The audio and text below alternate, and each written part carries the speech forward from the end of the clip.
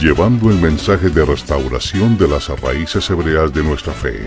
El ministerio mesiánico Naver Shalom, Morada de Paz, declara a los 4 puntos cardinales la restauración de su pueblo Israel, un mensaje profético para todo creyente en Yahshua HaMashiach.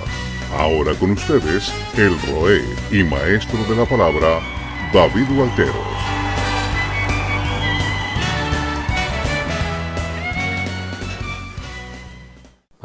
¿Estamos listos? Vamos a ponernos en pie, por favor. Y vamos a hacer una tefila, una oración en este día. Abba Yahweh, en el nombre de Yeshua te damos gracias, Abba. Gracias por la bendición que nos has dado de poder llegar a este tiempo, de llegar a este día, Abba Yahweh, que nosotros hemos apartado a Avinu Malkeinu para poder bendecir tu nombre. Y segundo, tener la oportunidad de aprender más de ti, Abba Yahweh.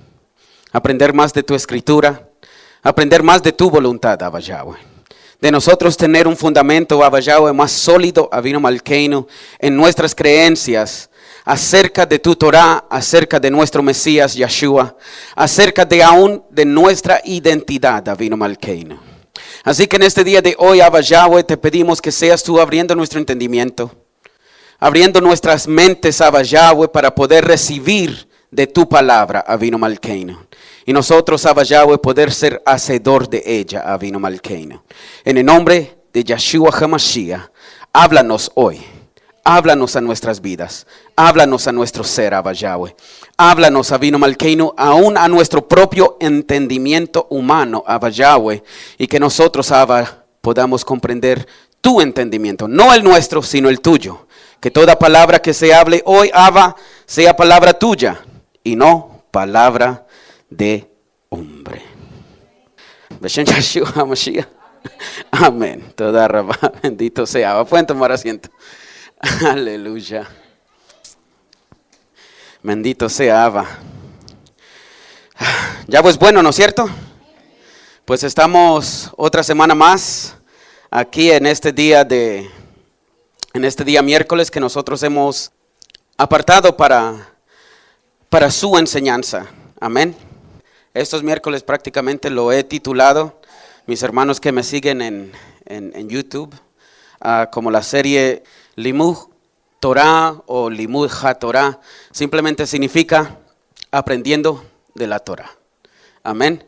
Así que pues eso es lo que nosotros estamos tratando de hacer, de poder aprender de la Torah de Yahweh, nuestro Elohim. Amén. Así que vamos a ir rapidito, vamos a ir a Proverbios, capítulo 3, verso 1 en adelante. Amén.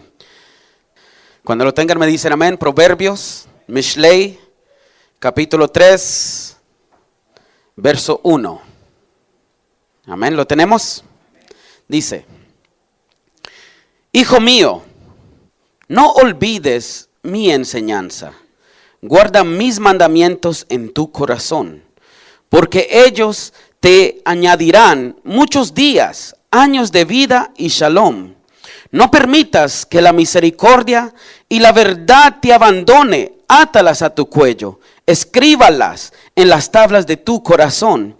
Entonces alcanzarás favor y estima a la vista de Elohim y de la gente. Confía en Yahweh de todo corazón. No te exaltes en tu propia sabiduría. En todos tus caminos, reconócelo a Él. Entonces Él dirigirá tus caminos. No seas engredido acerca de tu propia sabiduría, sino que teme a Yahweh y vuélvate de todo mal. Esto traerá salud a tu cuerpo y dará fortaleza a tus huesos. Honra a Yahweh con tus justas labores y con las primicias de tus frutos de rectitud. Entonces tus graneros estarán llenos de grano y tus barriles rebosarán de vino nuevo. Hijo mío, no desprecies la disciplina de Yahweh, ni desmayes cuando seas reprendido por él. Porque Yahweh corrige a los que ama y azota a todos los hijos que él recibe. Bendecido es el hombre que ha encontrado sabiduría y el mortal que conoce la prudencia, porque su ganancia es mayor que la de la plata. Alcanzarla es mejor que el oro. Ella es más valiosa que piedras preciosas. Nada de lo que desees se comparará con ella. Ningún mal la resistirá. Ninguna cosa preciosa es igual a ella en valor. Larga vida hay en su mano derecha, riqueza y honor en su izquierda. Sus caminos son caminos placenteros y todas sus sendas son sendas de shalom. Ella es árbol de vida para aquellos que la agarran. Cualquiera que se aferre a ella será ayuda segura, como en Yahweh. Devarim, Yahweh. Amén. Bendecimos a Yahweh, nuestro Elohim. Aleluya. Bendito sea Yahweh. Pues en el día de hoy vamos a hablar de algunas cositas que quiero resaltar en el día de hoy. Dame un segundito, lo que pasa es que estoy tratando de bajar algo para poder compartirlo con ustedes y ustedes me pueden seguir. Porque lo que voy a ilustrar allá arriba se los quiero dar a ustedes para que me sigan. Yo sé que muchas veces es difícil poder tratar de describir todo. Amén. Así que quería poder compartir esto con ustedes para que pues me puedan seguir por medio de la enseñanza y especialmente en el día de hoy, porque en el día de hoy pues vamos a hablar de historia acerca de la Mishnah misma. Amén. Si alguien me puede ayudar, por favor. Perfecto, creo que lo tengo ya. Ok. Si alguien me puede ayudar y me puede decir de lo que hablamos la semana pasada o en estas semanas acerca de la Torah oral. ¿Alguien se acuerda? Lo que hemos estado hablando en estas últimas 2 semanas. ¿Por qué yo los estoy preguntando? Porque es necesario saberlo, ¿ok? Porque en algún momento ustedes van a necesitar esta información, ¿ok? Y esta información es de mucha ayuda para nosotros, especialmente para poder tener una base más sólida en las escrituras de Yahweh.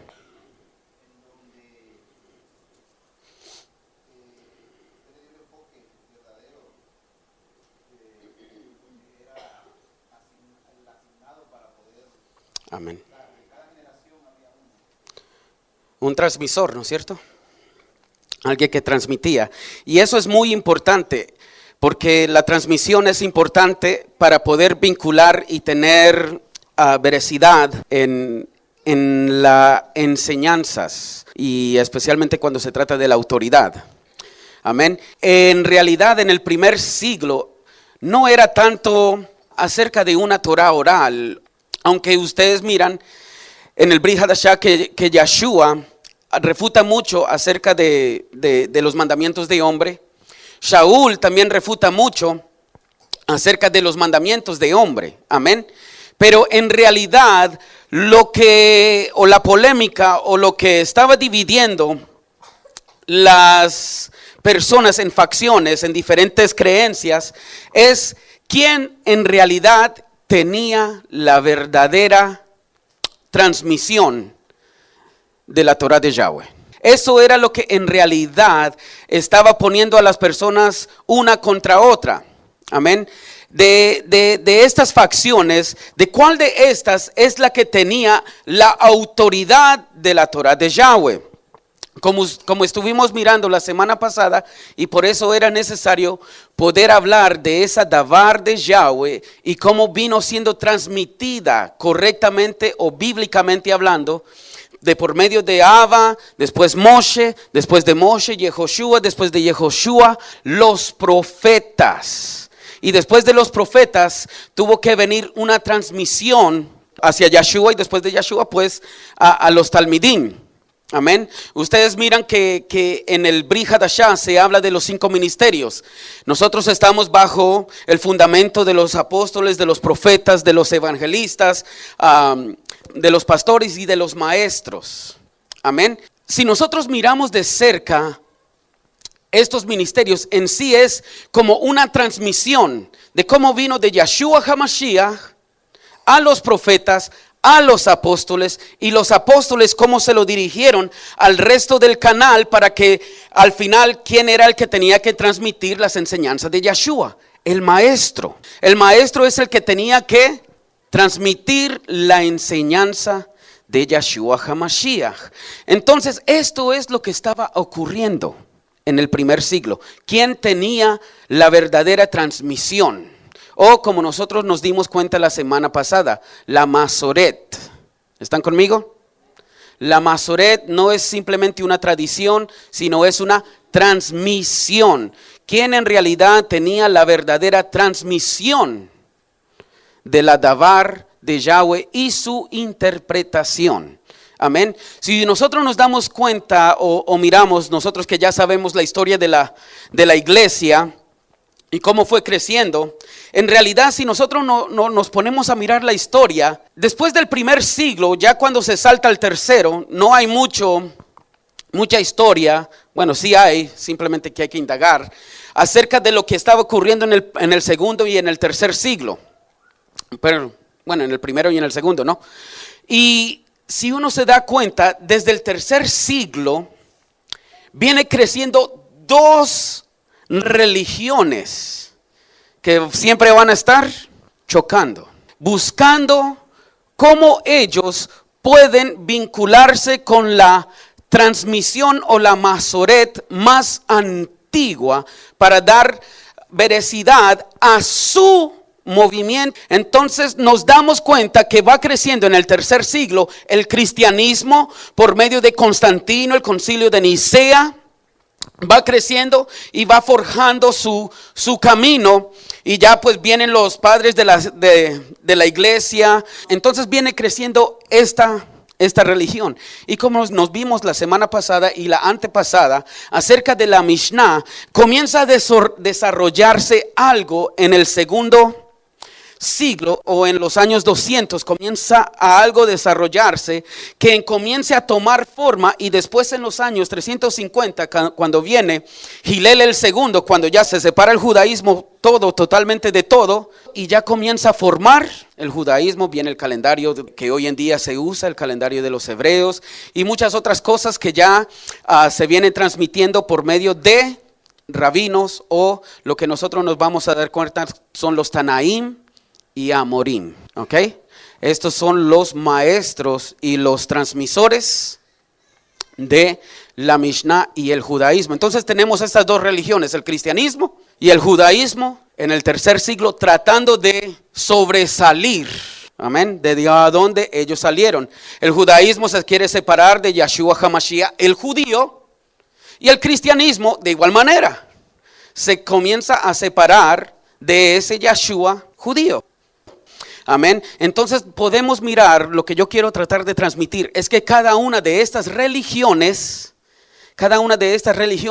está tratando de llegar a hacer una transmisión o transmitir desde una antigüedad o vincularse con algo antiguo. Todas las religiones. Amén. Entonces, ¿qué es lo que está ocurriendo? En el primer siglo tenemos que tener en cuenta algo. El fariseísmo era la religión o una facción que dice la historia que era el que mejor movía la hermenéutica pues de las escrituras o de la Torá de Yahweh, lo que ellos creen. Amén. Pero después nos dimos cuenta que Yeshua HaMashiach comienza a refutar muchas de sus creencias y lo que ellos creen y a la vez lo que ellos hacen. Amén. Entonces su transmisión, como ustedes pudieron mirar, se rompen varias facciones, aún el fariseísmo. Amén. A nosotros se nos han dicho que en la historia que hay dos escuelas, conocido como la escuela de Hillel y la escuela de Shammai, que son fariseas.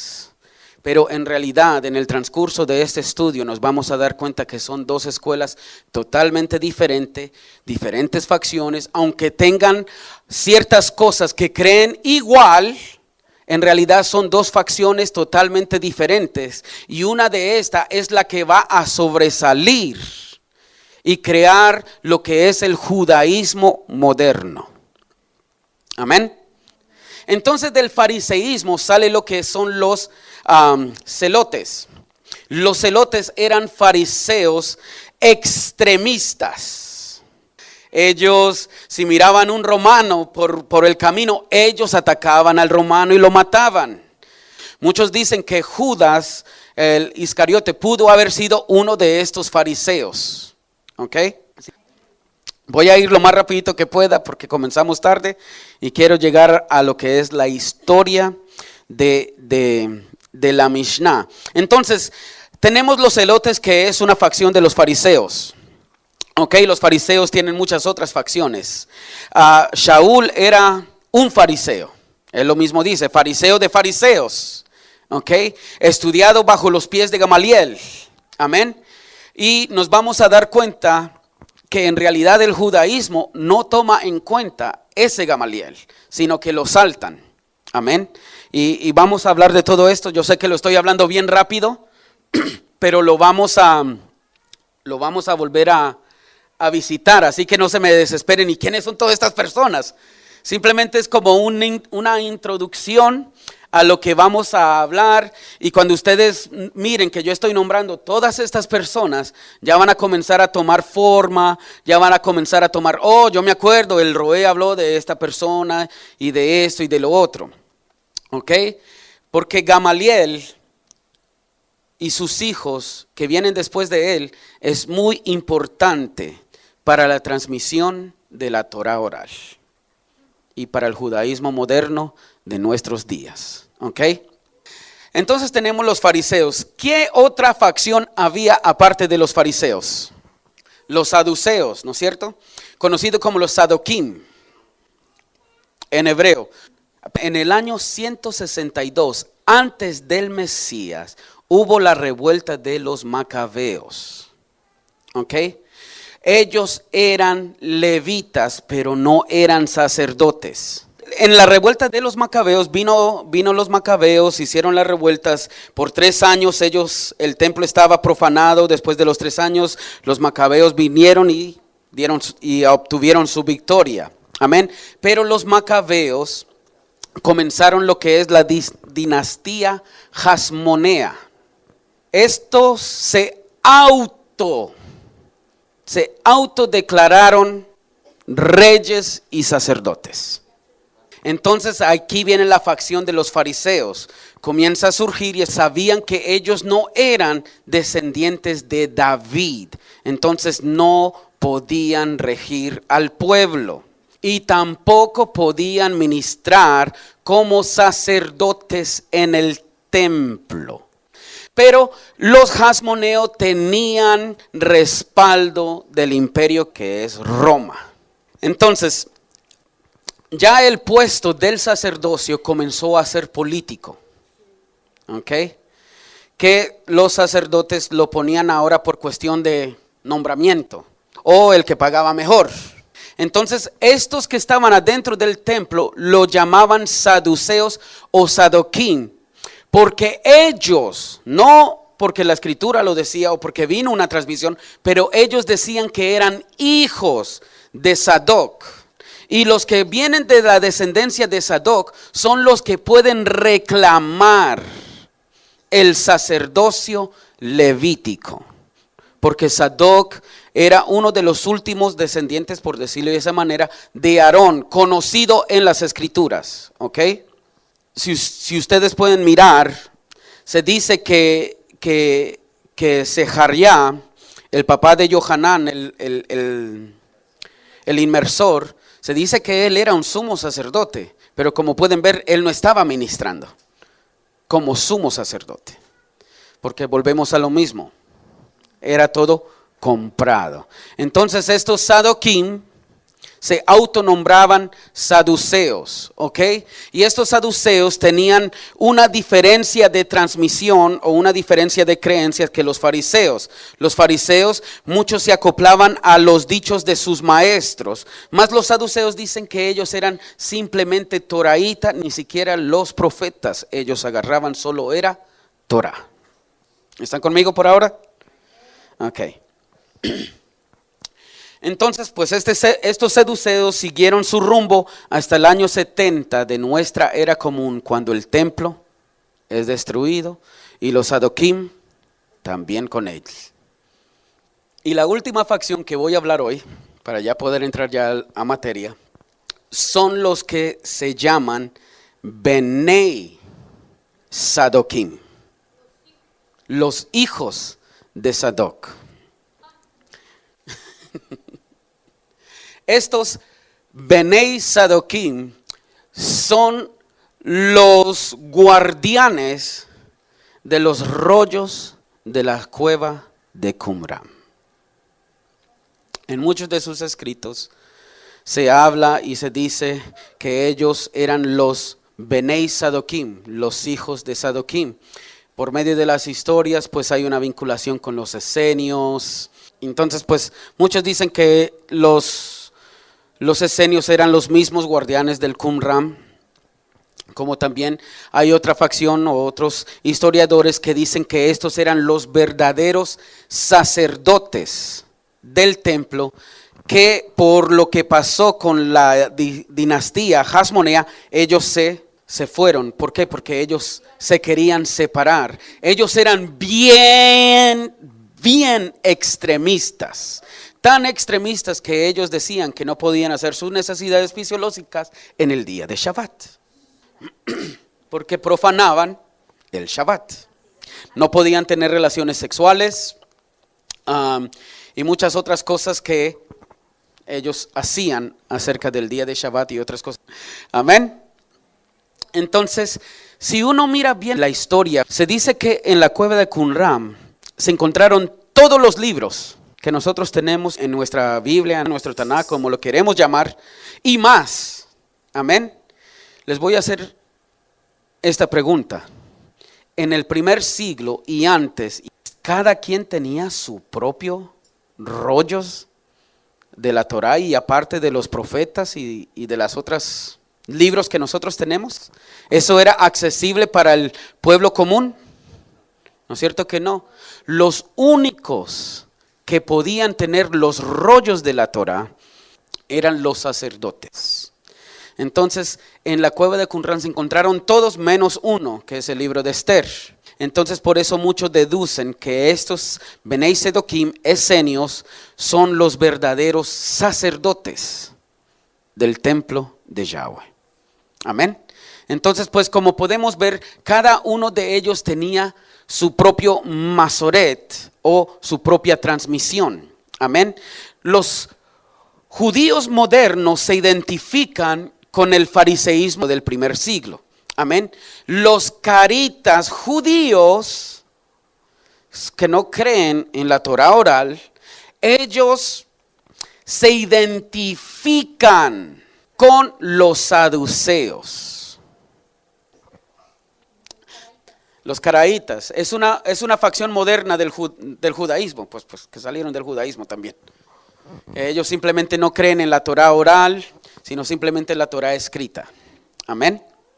Pero como podemos ver, lo que yo quiero que nosotros entendamos, como en el judaísmo, como en el cristianismo, como los caritas, como los adventistas, como los mormones, como los testigos de Jehová, como cualquier una de las otras facciones que nosotros conocemos, siempre se tratan de vincular con lo más antiguo para que su masoret o su transmisión sea la cual tenga más autoridad que las otras facciones. Entonces, la semana pasada estuvimos hablando acerca de la Devar de Yahweh, ¿se acuerdan?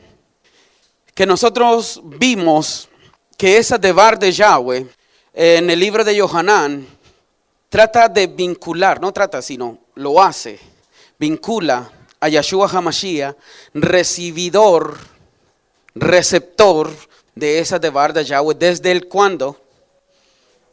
Desde el principio. Amén. Entonces, ¿qué es lo que vamos a hablar hoy? Hoy vamos a hablar de la historia de la Mishnah, según el judaísmo, porque es necesario saberlo para nosotros verificar qué tanta autoridad tiene la Mishnah. ¿Qué es la Mishnah? La Mishnah es una colección, escuchen, de halajot o reglamentos, que son explicaciones por medio de sus transmisores o sus maestros. En pocas palabras, la Mishnah es una explicación de la Torah, como estuvimos hablando en la primera clase, ¿se acuerdan? ¿Cuántas Mishnah hay? Pues nosotros pensamos que es una, pero nos vamos a dar cuenta que la Mishnah en sí es algo más que una Mishnah, sino hay Mishnayot, o sea, hay muchas, ¿ok? Y vamos a mirar tras su historia acerca de ello, amén. Entonces yo les dije que la Mishnah era la explicación o el comentario de la Torah, pero que la Mishnah necesitaba, ¿la qué? La Gemara, que es la explicación de ¿qué? De la Mishnah. Entonces tenemos la Torah, la Mishnah, la interpretación de la Torah, la Gemara, la interpretación de la Mishnah. Amén. La Mishnah y la Gemara juntas, escuchen, para que no, o sea, necesitamos saber esto para que no se me confundan, ¿ok? La Mishnah y la Gemara juntas conforman lo que nosotros conocemos y el judaísmo conoce como el Talmud. Amén. Entonces, el Talmud, hay dos Talmudim escritos. Está el Talmud Jerusalén, para que lo vayan escribiendo, y el Talmud Bavlit o de Babel.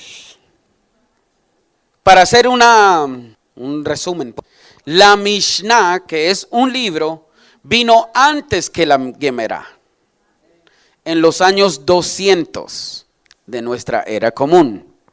El Talmud de Jerusalén fue escrito en los años 400 de nuestra era común.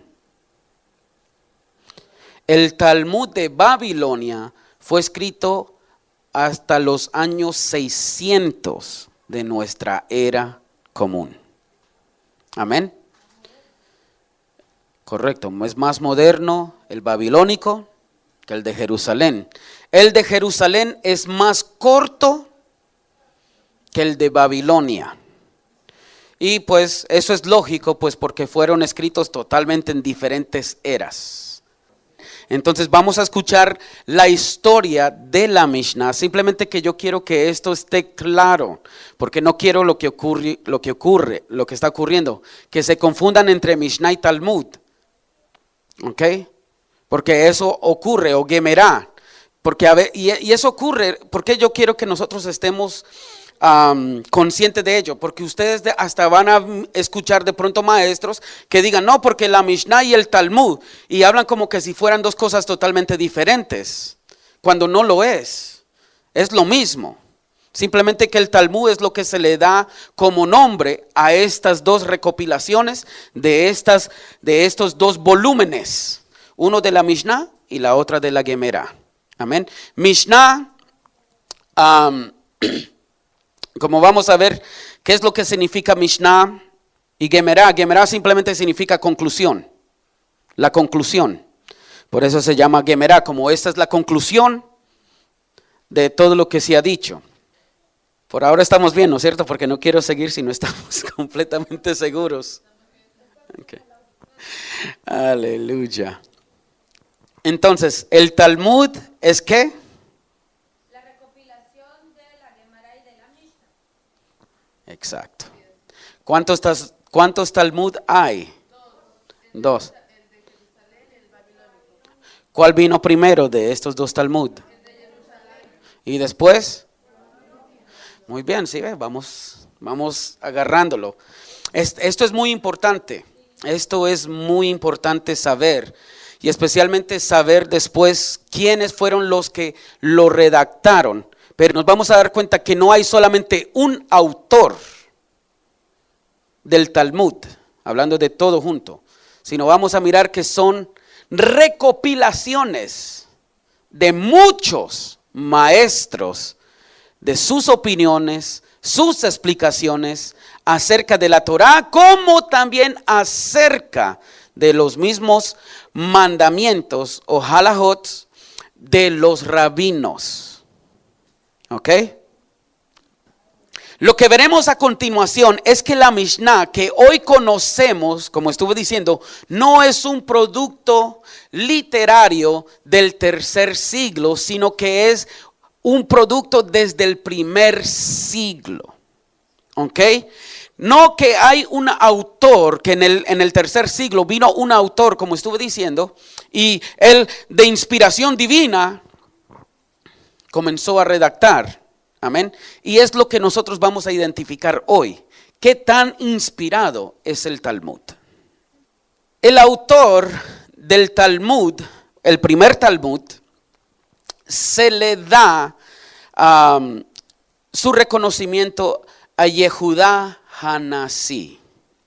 Yehudá Hanasí simplemente significa Yehudá el príncipe. ¿Ok? Su nombre verdadero es Yehudá ben Shimeón. Pero a él se le da el nombre Hanasí, Yehudá el príncipe. Como dije, la Mishnah de Yehudá Hanasí en realidad es una recopilación de otras Mishnah, o lo que nosotros vamos a mirar, Mishnayot, que existían desde el siglo primero. Amén.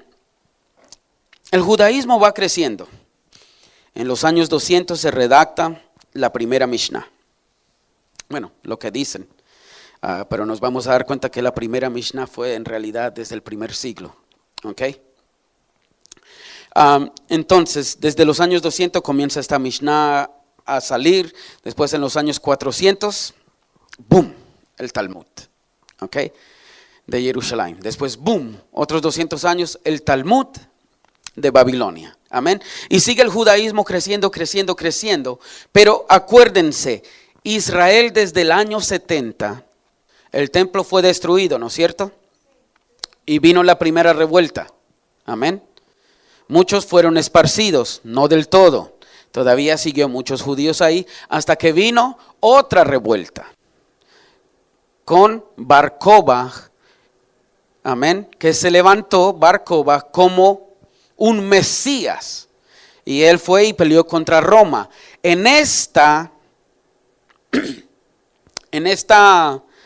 última revuelta, ya Israel, o los que estaban en Israel, fueron esparcidos del todo. Ya no muchos judíos quedaron en Israel. Amén. ¿Están conmigo? O sea, fueron esparcidos. Y fueron esparcidos por todas las ciudades y por todo el mundo.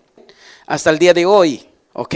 Pero lo que yo quiero que entendamos es que entre los años 400, 600 va creciendo esta religión. Pero ellos tienen un problema. Hay judíos por todo el mundo. Por cada ciudad. Y puede ser que cada ciudad interprete las escrituras a su diferente manera. Entonces por eso se redactó la Mishnah, la Gemara y estos dos Talmud. Para que simplemente hubiera solamente una línea. Amén. Pero como hay diferencias de ciudades, llegó en el siglo X lo que es conocido como la Carta de Sheria Bar Hanina. Sheria Bar Hanina también era conocido como Sheria Gaón. Gaón simplemente significa genio de la Torah.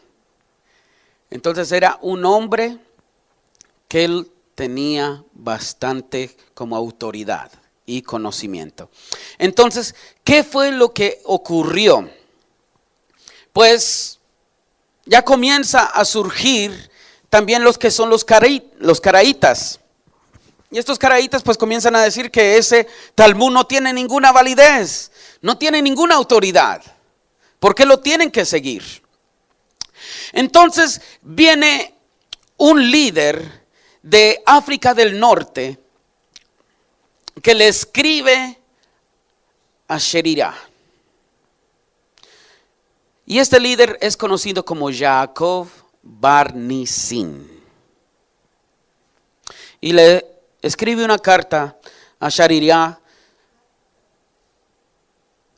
preguntándole que quiere respuestas. ¿Y cuáles fueron las preguntas que le preguntó? ¿Quién escribió la Mishnah? ¿Quién escribió el Talmud? En otras palabras, Yaakov, líder de África del Norte, de su facción, de su ciudad, simplemente quería documentación de la validez del Talmud. ¿Qué tanta autoridad tiene este Talmud? O estos Talmudim. ¿Cuánta autoridad tienen ellos? Pues yo creo que son preguntas válidas si nosotros lo comenzamos a mirar. Ellos simplemente querían saber qué tanta autoridad. Pues Shariria Bar Hanina redacta lo que es conocido como las cartas de Shariria Bar Hanina acerca de la historia de la Mishnah. ¿De dónde salió? Vamos a mirar aquí arribita. Dice, Shariria Bar Hanina, que vivió del año 906 hasta el 1006, casi 100 años vivió. Dice, era un Gaón en Babilonia. ¿Dónde era Gaón? En Babilonia. Un genio de la Torá que vivía en Babilonia. Líder de academia. Reconocido por sus respuestas autoritativas en relación a todo lo que tenía que ver con el desarrollo de las enseñanzas recopiladas en la Mishnah y el Talmud. En pocas palabras, esta carta se hizo famosa. ¿Ok? De manera que se tomó tarea de dar respuesta a todas estas incógnitas en un escrito que hoy se conoce como Igeret Shariria Gaón, la carta de Shariria Gaón, en el cual basado en el Talmud, los Midrashim y Tosefta, Shariria escribe lo que se puede llamar la primera historia del desarrollo del Talmud.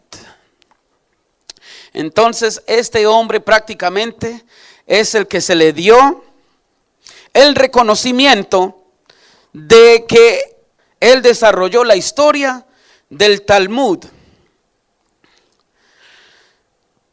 Es esta la historia presentada por Shariria, la cual es más aceptada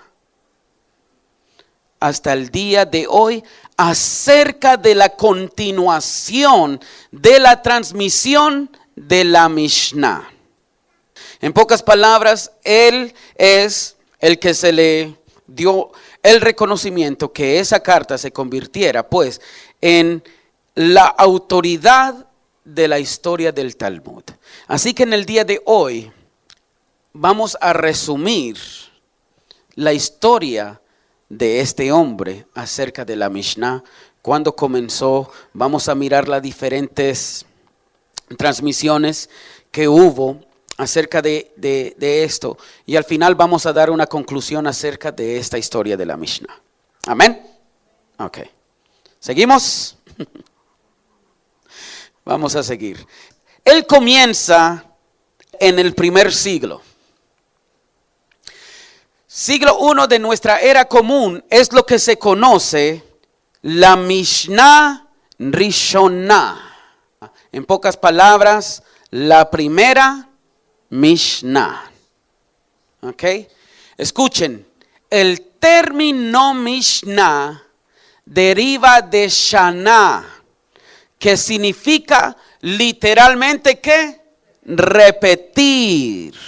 Pero si nosotros nos damos cuenta, Shana también significa otra cosa, ¿no es cierto? Es más, nuestros hermanos de la casa de Yehudá, ahorita para Yom Teruah, van a celebrar ¿qué? Rosh Hashanah. ¿Por qué? Porque Shana, aparte de significar año, también significa un ciclo repetitivo. Por eso viene la palabra Mishnah, que es que una repetición. Escuche, esto vino a significar en el siglo I como que enseñanza. Así que Mishnah simplemente para hacerlo más fácil significa ¿qué? Enseñanza. ¿Ok? O sea, la enseñanza que se recibe por repetición.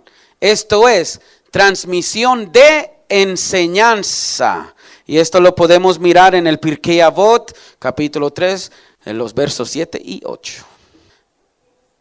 Para poder obtener un concepto correcto de lo que es la Mishnah, es necesario considerar su relación con la Mishnah Rishonah, que literalmente significa como una recopilación o una repetición de diferentes Mishnah. O, como ellos lo conocían en el primer siglo, diferentes ¿qué? Enseñanzas. ¿Están conmigo? Entonces, en el primer siglo, cuando ellos escuchaban Mishnah, su concepto era ¿qué? Es una enseñanza. Una enseñanza que se aprende por medio del oír. Si nosotros nos damos cuenta, Yeshua HaMashiach también muchas de sus enseñanzas eran igual. No todos tenían papel y lápiz, no todos podían escribir. Muchas de sus enseñanzas también eran transmitidas ¿qué? Oralmente. Pero eso no quiere decir que Yeshua en algún momento o sus talmidín en algún momento dijeron la Torah oral de Yeshua o la Torah oral de los del camino o una transmisión de la Torah. No, sino era ¿qué? La interpretación de la Torah.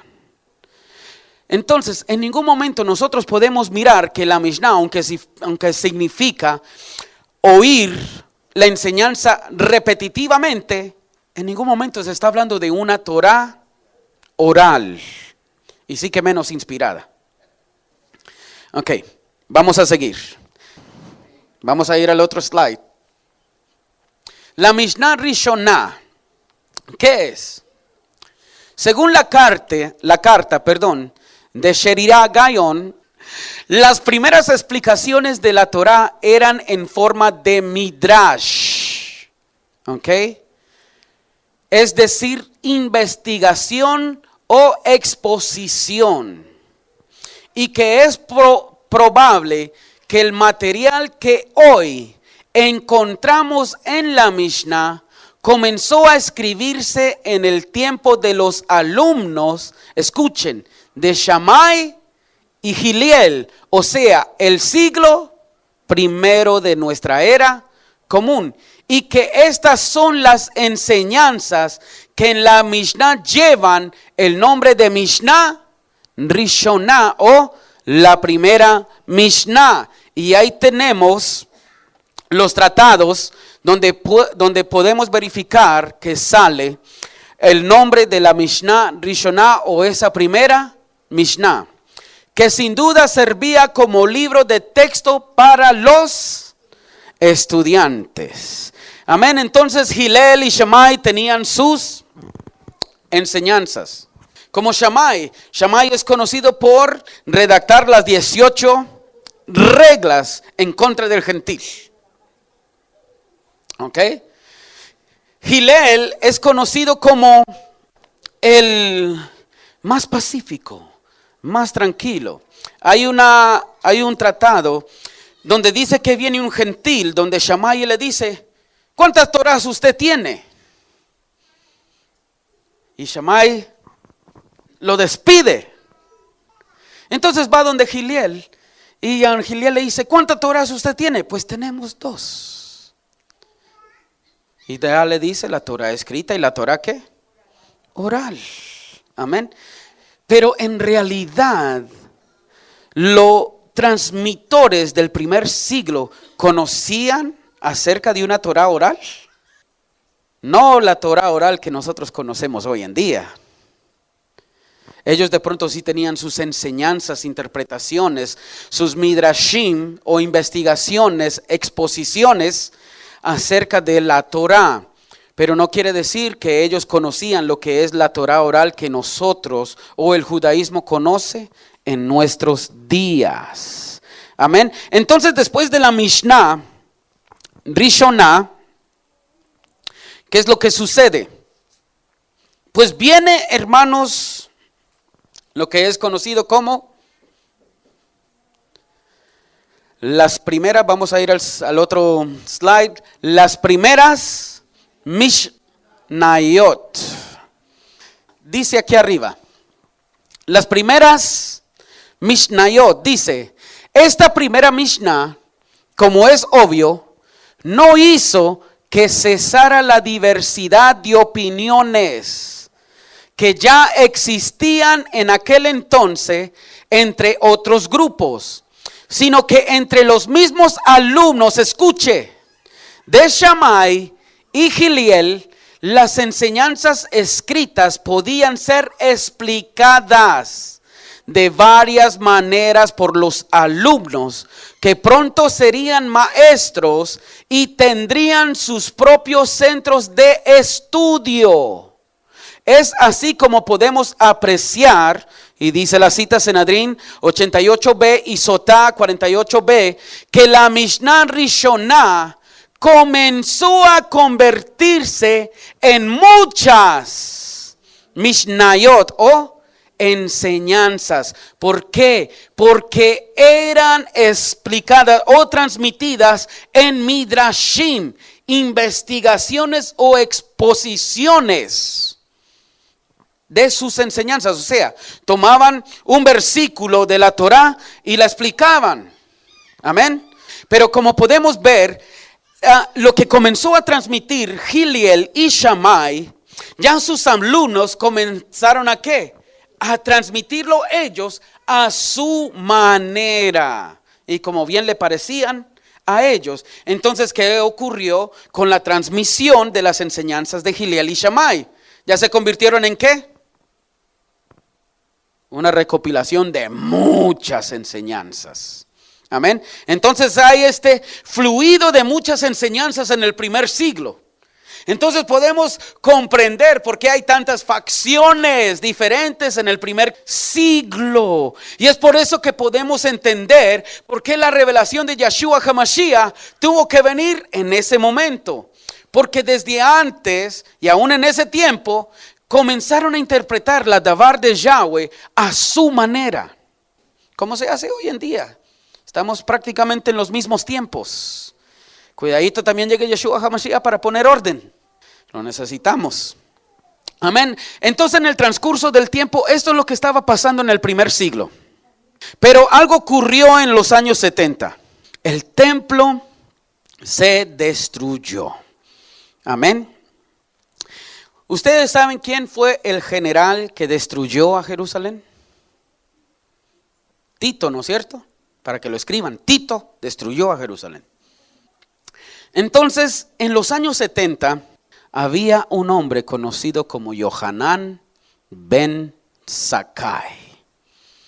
Este nombre es muy importante. Él tuvo un diálogo con el papá de Tito, el general, conocido como Vespasiano, el papá de Tito. Yohanan ben Zakkai llega donde Vespasiano y le dice: déjanos ir a esta ciudad. Esta ciudad es conocida como Yavne. Aquí es la cuna de la Mishnah. La ciudad de Yavne con todos sus talmidim que vienen después. Esta ciudad queda al noroeste de Jerusalén, de Jerusalén. Entonces, vamos a ir al próximo slide. En el 70 de la era común, es conocido lo que ocurrió en el Yanev como Eduyot. Simplemente significa testimonios. Esta es la primera, ¿qué dice? revisión de las Mishnayot. Lo que tenemos que entender es que en el primer siglo hubo un montón de enseñanzas. ¿Ok? Hubo un montón de enseñanzas. Entonces vino esta destrucción en Jerusalén y el pueblo se esparce. Entonces, ¿qué es lo que los judíos quieren mantener? Su religión, su identidad. Entonces viene Yohanan ben Zakkai y hace una revisión a las enseñanzas del primer siglo. Pero como hay tantas, tenemos los de los fariseos, tenemos de los saduceos, tenemos de los esenios, tenemos de los elotes, tenemos de... Es más, en el Talmud dice que había 24 facciones de diferentes pensamientos del primer siglo. Entonces, hay un meollo de montón de enseñanzas, como en el día de hoy. Tenemos los bautistas, tenemos los anabatistas, tenemos lo pentecostal, tenemos los testigos de Jehová, tenemos los mormones, tenemos los metodistas, los luteranos. Esto es en la facción de los cristianos, amén. Y en el judaísmo pues tenemos los hasidim, aparte de los hasidim tenemos los conservadores, de los conservadores tenemos los reformistas, de los reformistas y un sinnúmero también de facciones que tienen. Entonces hay un montón de enseñanzas. ¿Ok? Vamos a seguir, vamos a ver qué nos dicen de lo que ocurrió después de la destrucción del segundo templo.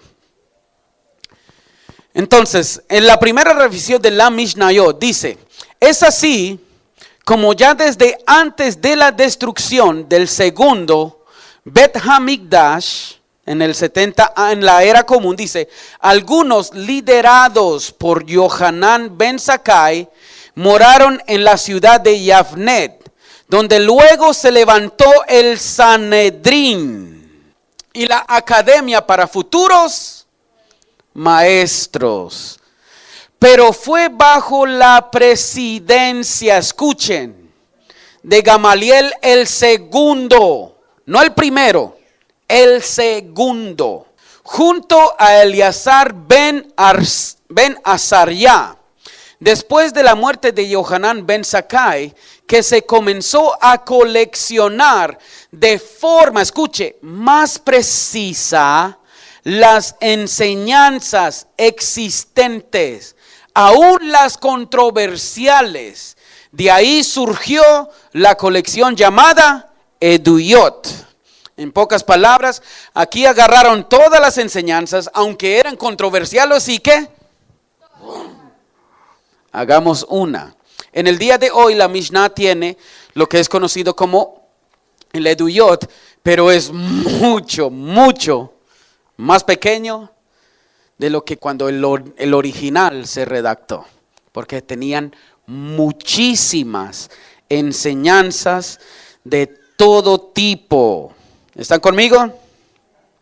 Esta colección en su estado original era mucho más larga a la que hoy contiene el tratado que lleva el nombre Eduyot. Amén.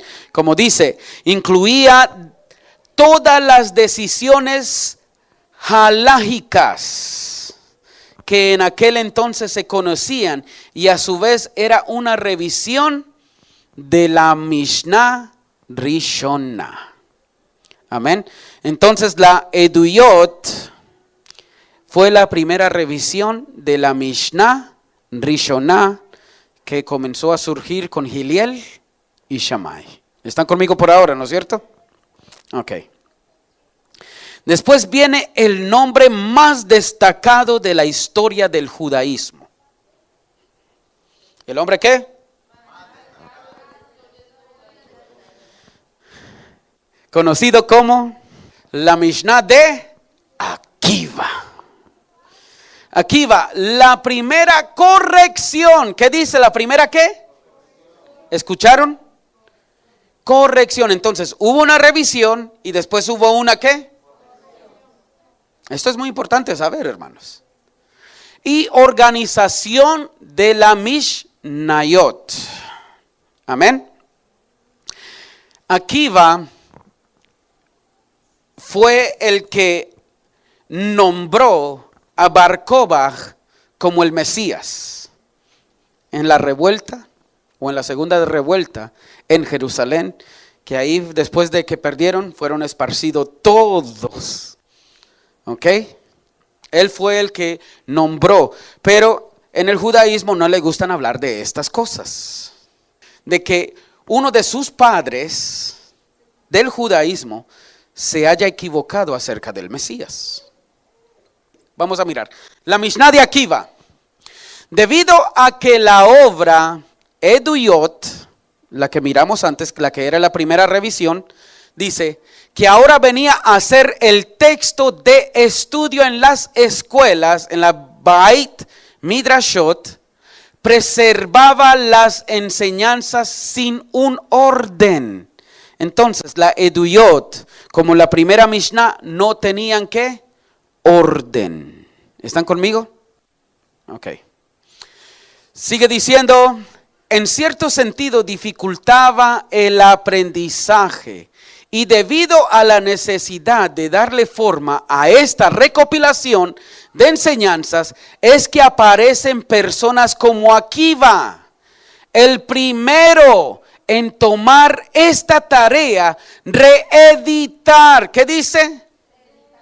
Reeditar el material de estudio por tópicos en diferentes tratados. O sea, en la primera Mishnah no tenían tratados, no tenían capítulos. Viene Akiva y comienza a ordenar todo. Amén. ¿Está conmigo por ahora?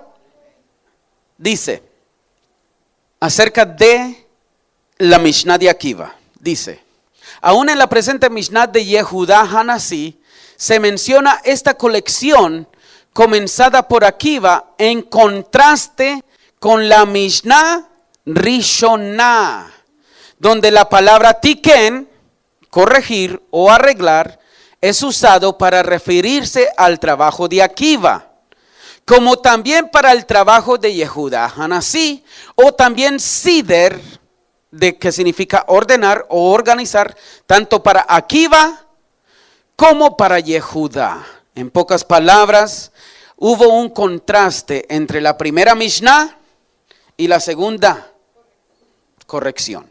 Amén.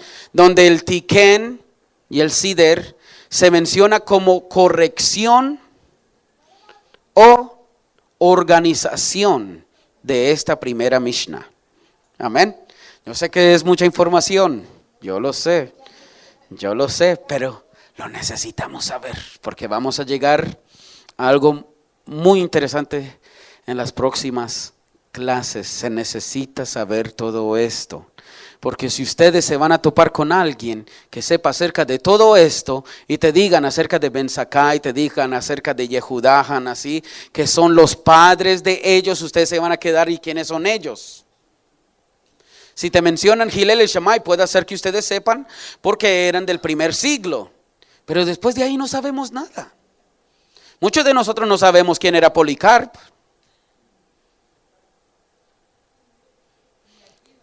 Y mira que Policarpo era alguien muy, muy importante, porque era el discípulo de Yohanan. Fue el que transmitió después las enseñanzas de los apóstoles. Pero nosotros no sabemos esto porque no indagamos. Y tenemos que indagar todo esto porque es muy, muy importante, aunque no le guste la historia. Hay necesidad de saber estas cosas, aunque sea mucha información. Por eso yo se lo redacté para que ustedes lo tengan en su teléfono, para que después más adelante cuando salga en este audio puedan mirar el audio y puedan mirar otra vez lo que les puse ahí para que, ya voy entendiendo. Lo que pasa es que yo quiero llegar a un final, a una conclusión al final de todo esto. Ok, vamos a seguir. Entonces, como podemos ver, aún en el Talmud se muestra que hay una contradicción o un contraste entre estas dos Mishnah. Amén. Entonces ya comienza a haber un contraste entre la primera que salió y ya la segunda revisión. Ya comienza a haber un contraste totalmente diferente. Antes era simplemente un puro de enseñanzas, por todos lados, regados por todos lados. Y los estudiantes simplemente estudiaban conforme a como ellos quisieran estudiar. Amén. Viene el famoso Akiva. Por eso Akiva es tan importante para el judaísmo. Aunque él se equivocó con el Mesías. Martín Lutero, igual. Mucho más antes. Que en realidad eran personas como Clemente. Clemente también era otro que es muy importante en la transmisión de la enseñanza de Yeshua. Amén. Entonces, tenemos que tener algo en claro acerca del trabajo de Akiva. Que el trabajo de Akiva es muy similar al trabajo del que se le da el reconocimiento como el autor del Talmud, conocido como Yehudá Hanasí. Amén. Quiero que nosotros miremos lo siguiente. Hablando todavía de Akiva, dice, Akiva, escuchen, esto es muy importante.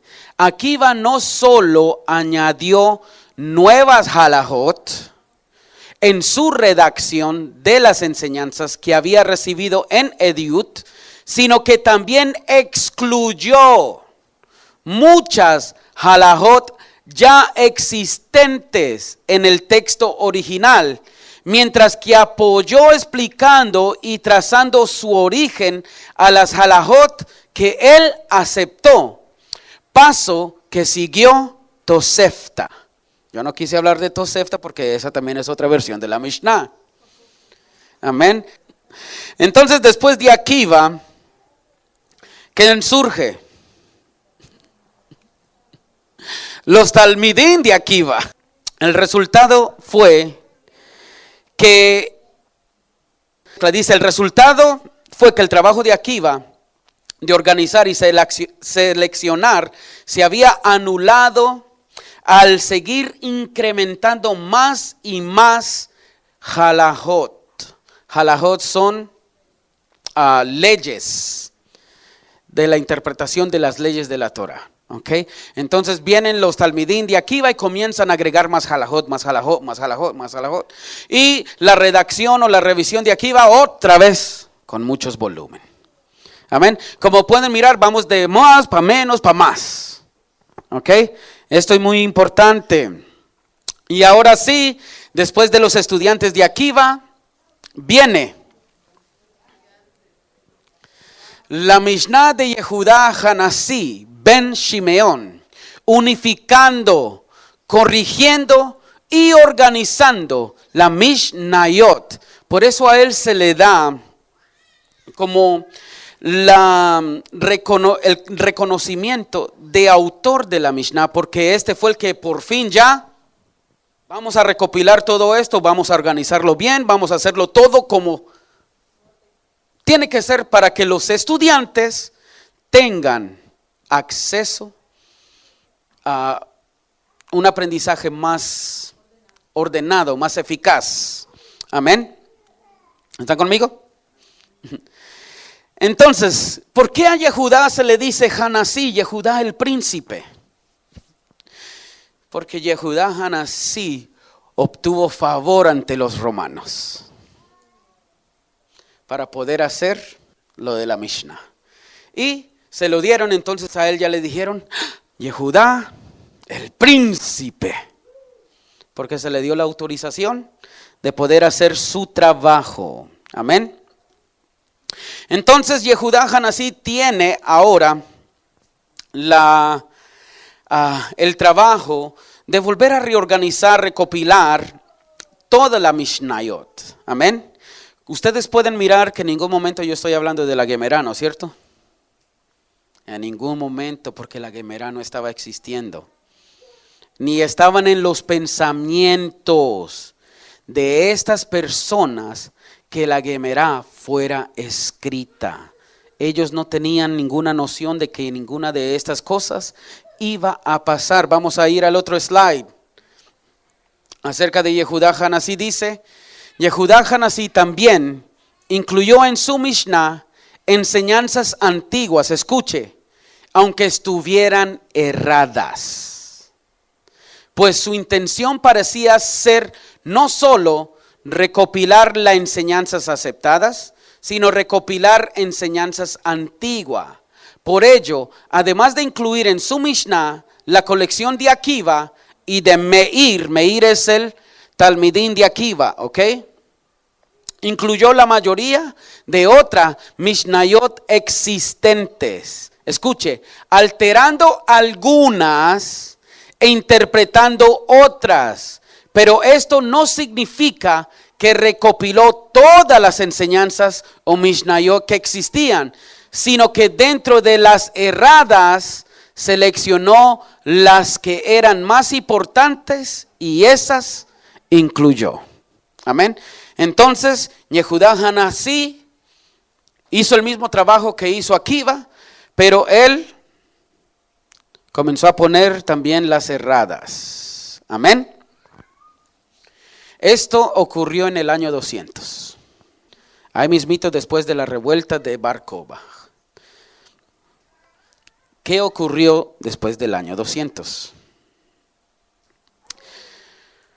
Pues viene una de las últimas revisiones, conocido con la Mishnayot Gedolot. Las modificaciones en la Mishnah de Yehudá Hanasí. Entonces vienen los Talmidín de Yehudá Hanasí y otra vez hacen otra revisión. Amén.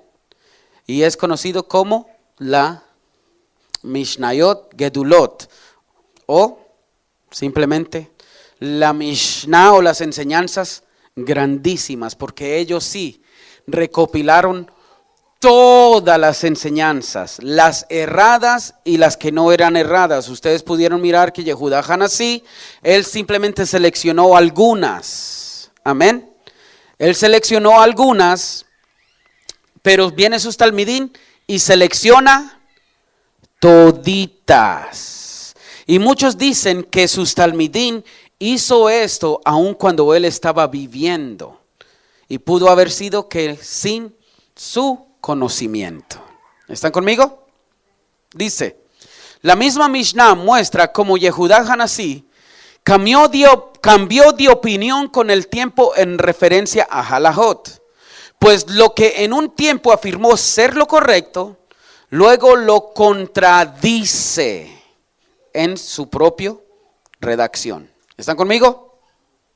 Entonces, estos Talmidín comienzan a redactar.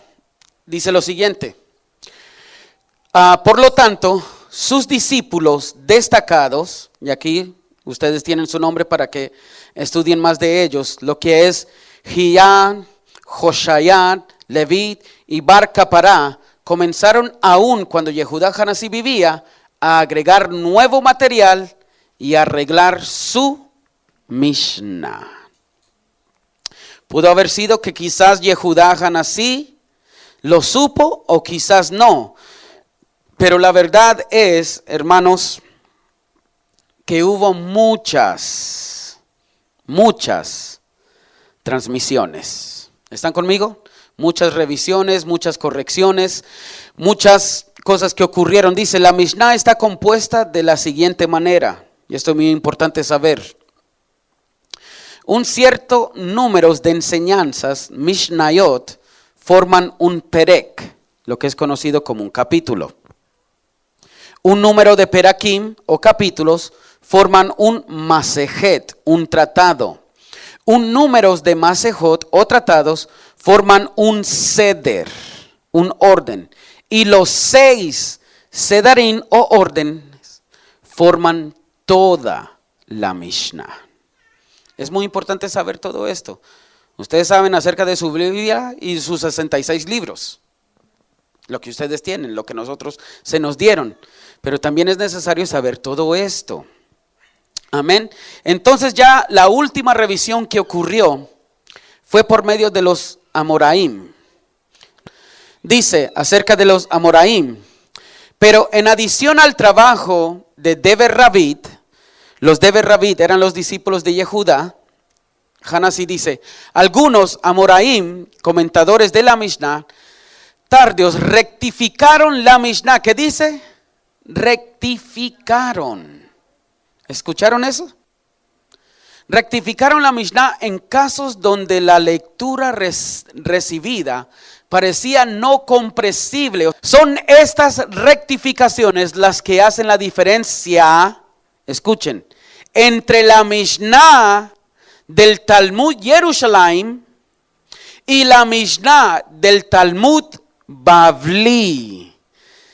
Algunas de estas rectificaciones están marcadas, pero no todas. Sin embargo, no todos los Amorarim aprobaban esta práctica. Entonces, dependiendo de qué Amorarim estaba ahí, o lo que él pensaba de ciertas rectificaciones, pues sí, vamos a ponerla. No, pues esta no. Ah, pues esta sí. Ah, pues esta no. Entonces esas son las diferencias de los dos Talmud. Esa prácticamente es toda la historia. Sencilla.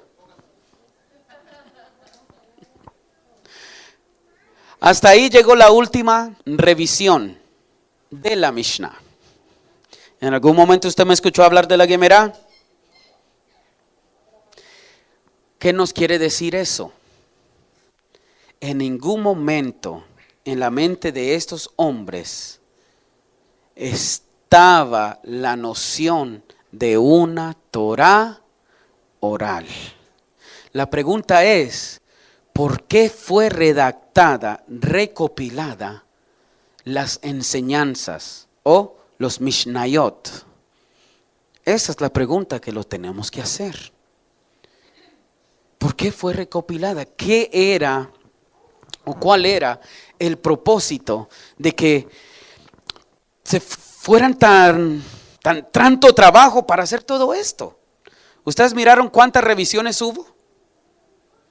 Ahora yo le voy a hacer una pregunta. Hubo revisiones, hubo correcciones, hubo organizaciones, ¿no es cierto? Acerca de la Mishnah. Algo inspirado por Yahweh, nuestro Elohim, como Dabar de Yahweh, que fue dada desde el monte Sinaí, ¿se necesita tantas revisiones, tantas correcciones, tantas organizaciones? Si esto fue dado a Moshe desde Sinaí, ¿se necesita todas estas revisiones por cada uno de estos estudiantes? La Mishnah simplemente son explicaciones y opiniones acerca de mandamientos en la Torah. Lo que ellos pensaban en el primer siglo, los que comenzaron a pensar en el segundo siglo, en el tercer siglo. Amén. Y hasta el día de hoy todavía se sigue agregando halajot a la Mishnah y a la Gemara y a todo el Talmud de Jerusalén como de Bavlit. Hasta el día de hoy sigue ¿qué?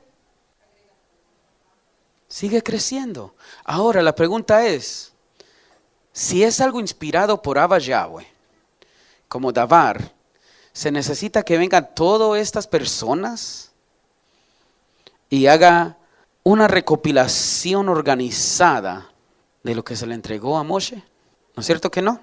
Es imposible concebir que por la mente de Judá Hanasi pensar la idea de que él estuviera recopilando una Torah oral, que en algún momento fue hablado y revelado a Moshe como una completa Torah y como una comentario de cómo guardar la Torah de Yahweh nuestro Elohim. La pregunta es, ¿por qué lo hicieron?